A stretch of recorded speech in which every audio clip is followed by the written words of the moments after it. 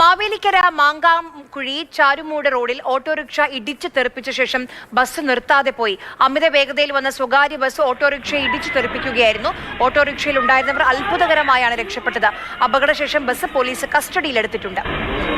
രഘുനാഥ് നാരായണൻ വിവരങ്ങളുമായി നമുക്കൊപ്പം ചേരുന്നുണ്ട്. രഘു, എന്തൊരു ദൃശ്യങ്ങളാണ്, എന്തൊരു പേടിപ്പെടുത്തുന്ന ദൃശ്യങ്ങളാണിത്.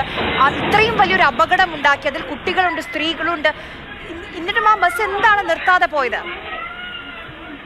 അതെ ഹരി, എന്ന് മാത്രമല്ല നമുക്ക് ആ ദൃശ്യങ്ങളിൽ നിന്ന് ഒരു കാര്യം വ്യക്തമാണ്. ബസിന്റെ അമിത വേഗതയും അശ്രദ്ധയുമാണ് അപകട കാരണം. റോഡിന്റെ ഇടതുവശത്തു കൂടി ചേർന്ന് വരികയായിരുന്നു ഓട്ടോ. അതിന്റെ പിന്നാലെ വന്ന അനിഴമെന്ന സ്വകാര്യ ബസ്സാണ് ആ ഓട്ടോ ഇടിച്ചു തെറിപ്പിക്കുന്നത് മാത്രമല്ല, നമുക്ക് ആ ദൃശ്യങ്ങൾ, ആ ഓട്ടോ മറിയുകയാണ്, സമീപത്തെ പോസ്റ്റിന്റെ അടുത്തേക്ക് മറിയുന്നു.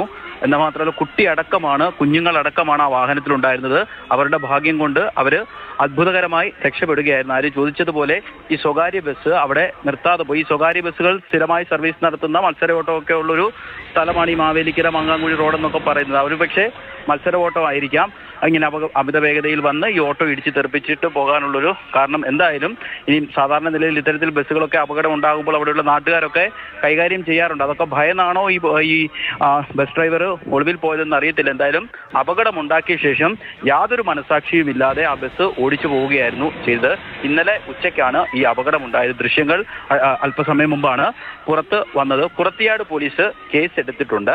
ബസ് പോലീസ് കസ്റ്റഡിയിൽ എടുക്കുകയും പോലീസ് പറയുന്നത് ഈ ഡ്രൈവർ ഒളിവിൽ പോയി എന്നുള്ളതാണ്.